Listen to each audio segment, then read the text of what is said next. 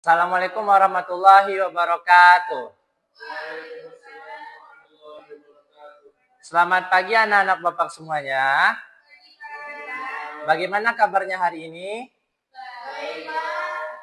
Baik, sebelum kita memulai pembelajaran kepada Ananda Irsyad, silahkan untuk memimpin doanya.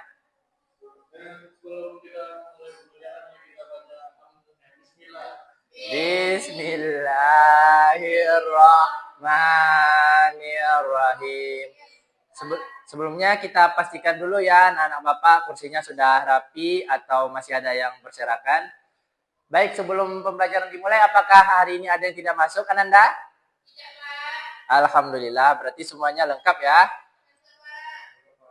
Oke, pembelajaran kita pada hari ini yaitu prosesi masuknya Islam di Indonesia. Sebelumnya kita sudah membahas tentang keadaan masyarakat Indonesia sebelum Islam masuk ke Indonesia.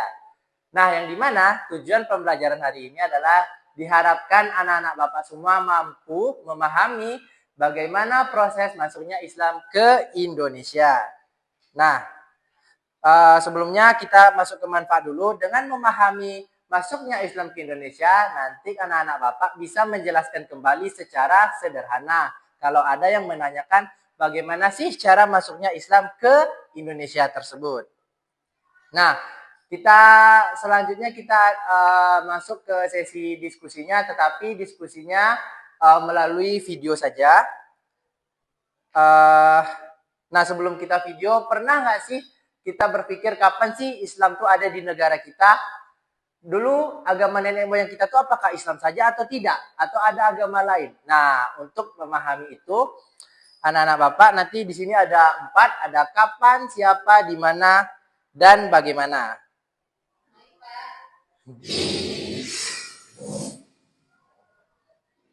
Silahkan saksikan dulu video. Yo guys, jumpa lagi di Histori Indonesia. Pada video sebelumnya kita sudah membahas mengenai sejarah munculnya agama Islam. Bagi yang belum menonton, silakan cek link yang ada di kanan atas video ya. Oke, setelah dipahami video tersebut, dapat kita simpulkan secara umum Islam masuk di Indonesia melalui 3 jalur. Yang pertama kita menuju ke teori pertama yaitu teori Gujarat. Nah, yang dimana teori Gujarat ini dimulai para ahli historis berpendapat, Ananda, ahli sejarah yang udah pernah belajar di masa lalu, mereka berpendapat bahwasanya Islam itu masuk ke negara kita pada abad ke-13 hingga ke-15 yang dilalui oleh para pedagang Gujarat. Nah, yang dimana caranya mereka berdagang-dagang dari satu pulau ke pulau lain. Nah, itu dimulai pada abad ke-13. Dimulai dari Pulau Sumatera dan berakhir di Pulau Jawa.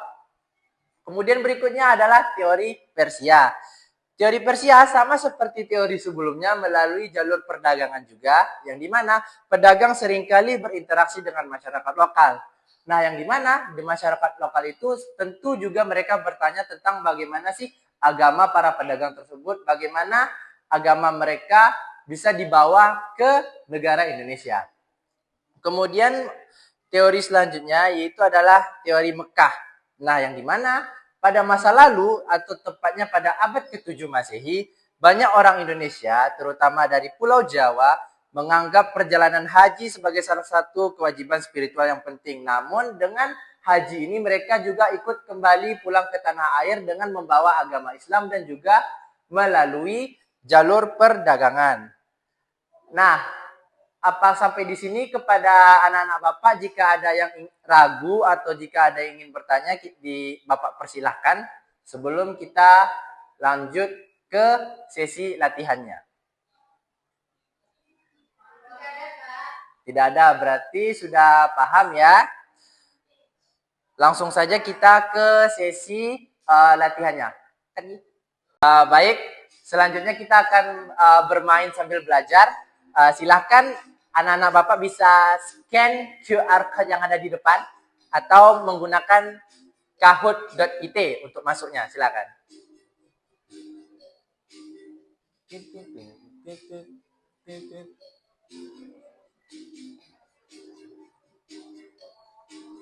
Jika sudah, silakan dimasukkan namanya. Hah? Apakah ada yang mengalami kesulitan? Atau bisa?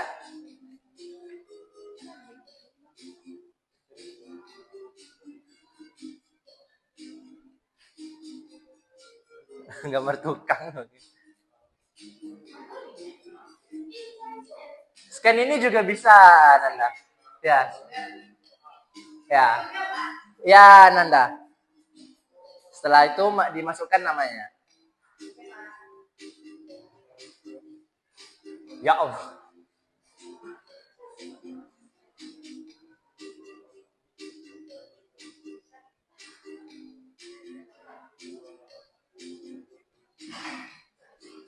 Bisa?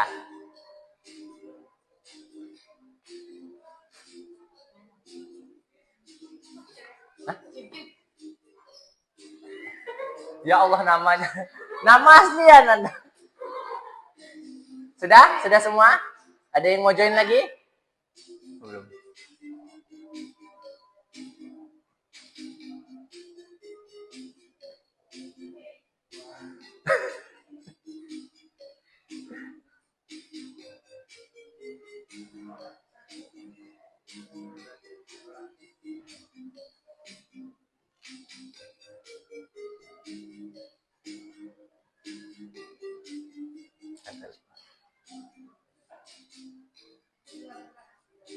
Ini Cegil ini siapa ya?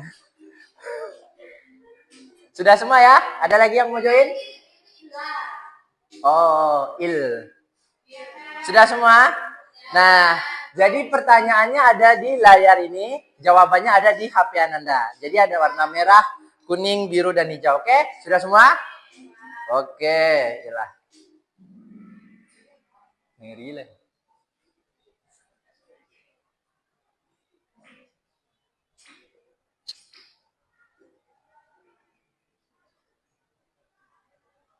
Asal jawab aja lah.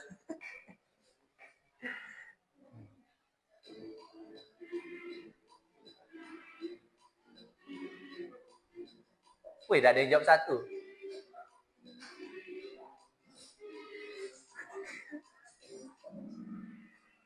Wih, siapa yang benar tuh? Jadi Islam itu masuk di Indonesia, tepatnya di Pulau Jawa. Nah, nama kampungnya itu Kampung Kau. Nah, saya bisa jawab nih. Kita lihat dulu ya. Woi, tunggu. Lanjut.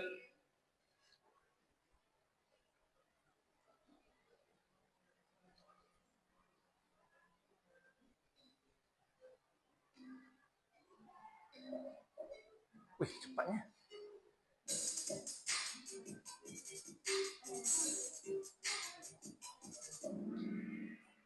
Weh, pusat pendidikan awalnya yaitu terjadi di Pondok Pesantren. Apakah Cegil masih menang?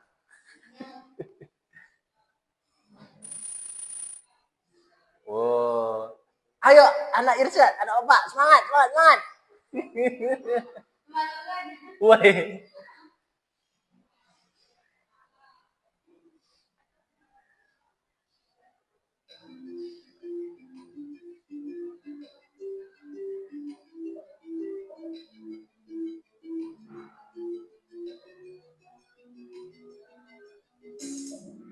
Woi, benar semua. Tepuk tangan, tepuk tangan, tepuk tangan, tepuk tangan. Jadi salah satu faktornya penyebaran agama kita itu tidak sulit ya, tetapi disesuaikan dengan adat dan tradisi setempat. Lanjut. Waduh, seru sekali nih. Gas, gas, gas.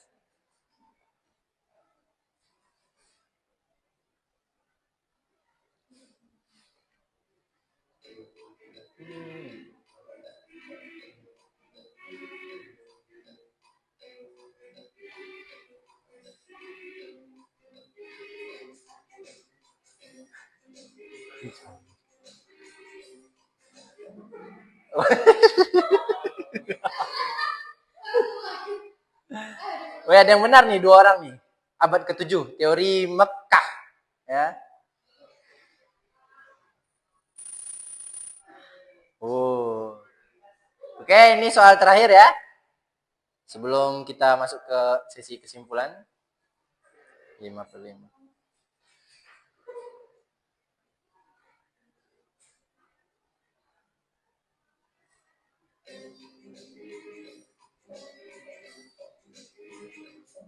Woi. Nah, sudah sampai kita ke penghujung latihan. Kepada juara 1, 2, dan 3 silakan maju ke depan nanti ya. Ya, dia ada juaranya dong. Masa nggak ada? Nggak semangat dong kita. Ada deh. Ya, nomor 3. maju. Silakan. Oh, juara satunya siapa nih? Oh, dia lagi. Ayo, silakan tegak di depan. Ya, inilah pemenang kita pada hari ini. Hadiahnya nanti sebelum kita masuk ke ujian akhir semester. Oke? Ya, silakan anak-anak Bapak kembali duduk.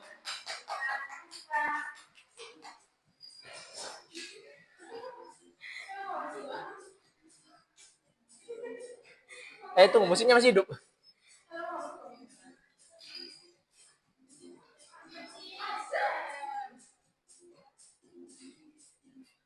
Oke, kita masuk ke yang terakhir, yaitu kepada sesi simpulan. Apakah ada yang bisa menyimpulkan pembelajaran kita pada hari ini? Oke, berarti kesimpulan belajar kita pada hari ini adalah bahwa Islam itu masuk itu jadi tidak melalui jalur udara ya, apalagi darat. Kebanyakan mereka melalui jalur laut menggunakan kapal-kapal dan dibawa oleh para pedagang. Nah, secara bertahap Islam masuk ke Indonesia pada abad ke-7. Tadi ada teori Mekah ya, abad ke-7, kemudian abad ke-13. Nah, membawa ajaran Islam ke pelabuhan-pelabuhan penting di Nusantara dan puncaknya adalah di Pulau Jawa. Ya, kita have fun saja. Ini ada 1, 2, 3, 4, 5 terkait dengan pembelajaran kita pada hari ini. Kepada anak-anak Bapak silahkan nanti menunjuk 1, 2, 3, 4 atau 5 ya pembelajaran kita pada hari ini. 1, 2, 3. 5. Ya, mari kita berikan tepuk tangan. Baik, cukup sekian pembelajaran kita pada hari ini. Untuk pertemuan selanjutnya, karena ini sudah pertemuan akhir, untuk besok kita akan masuk ke ujian akhir semester. Nah, Bapak harap anak-anak Bapak semua mempelajari apa yang sudah kita diskusikan dari pertemuan pertama. Baik, mungkin cukup sekian. Terima kasih kepada anak-anak Bapak yang sudah berpartisipasi dengan sangat menyenangkan. Sampai jumpa di minggu depan. Assalamualaikum warahmatullahi wabarakatuh.